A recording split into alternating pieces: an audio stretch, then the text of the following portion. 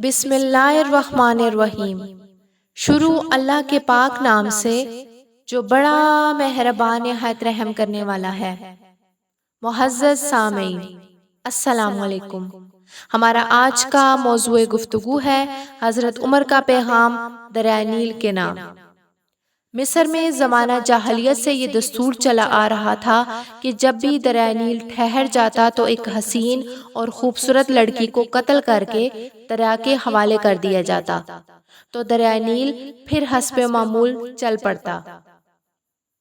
حضرت عمر رضی اللہ تعالیٰ عنہ کے دور خلافت میں جب مصر فتح ہوا اور حضرت عمرو بن العاص وہاں کے گورنر مقرر ہوئے تو اس وقت بھی حسب معمول دریائے نیل کی روانی ختم ہو گئی اور وہ ٹھہر گیا۔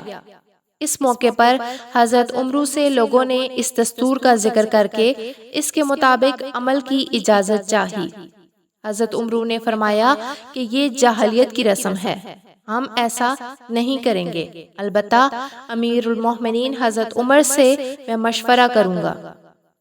حضرت عمرو نے امیر المومنین کو خط لکھا اور اس واقعے کی پوری تفصیل بیان کر کے مشورہ چاہا۔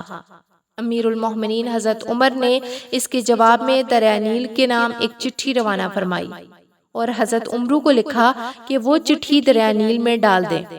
اس چٹھی کا مضمون یہ تھا: یہ اللہ کے بندے عمر کی طرف سے دریائے نیل کے نام، اما بعد، اگر تو اے دریائے نیل اپنی طرف سے جاری ہوتا تھا تو مت جاری ہو، اور اگر تجھے اللہ نے جاری کیا تو ہم اسی سے سوال کرتے ہیں کہ وہ تجھ کو جاری کر دے۔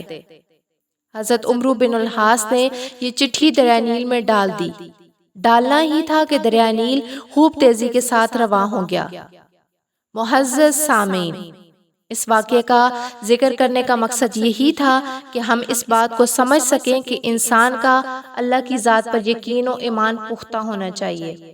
صرف اللہ کے کن فرمانے کی دیر ہے اور پھر ہر ناممکن سے ناممکن کو ممکن میں بدلتے دیر نہیں لگتی۔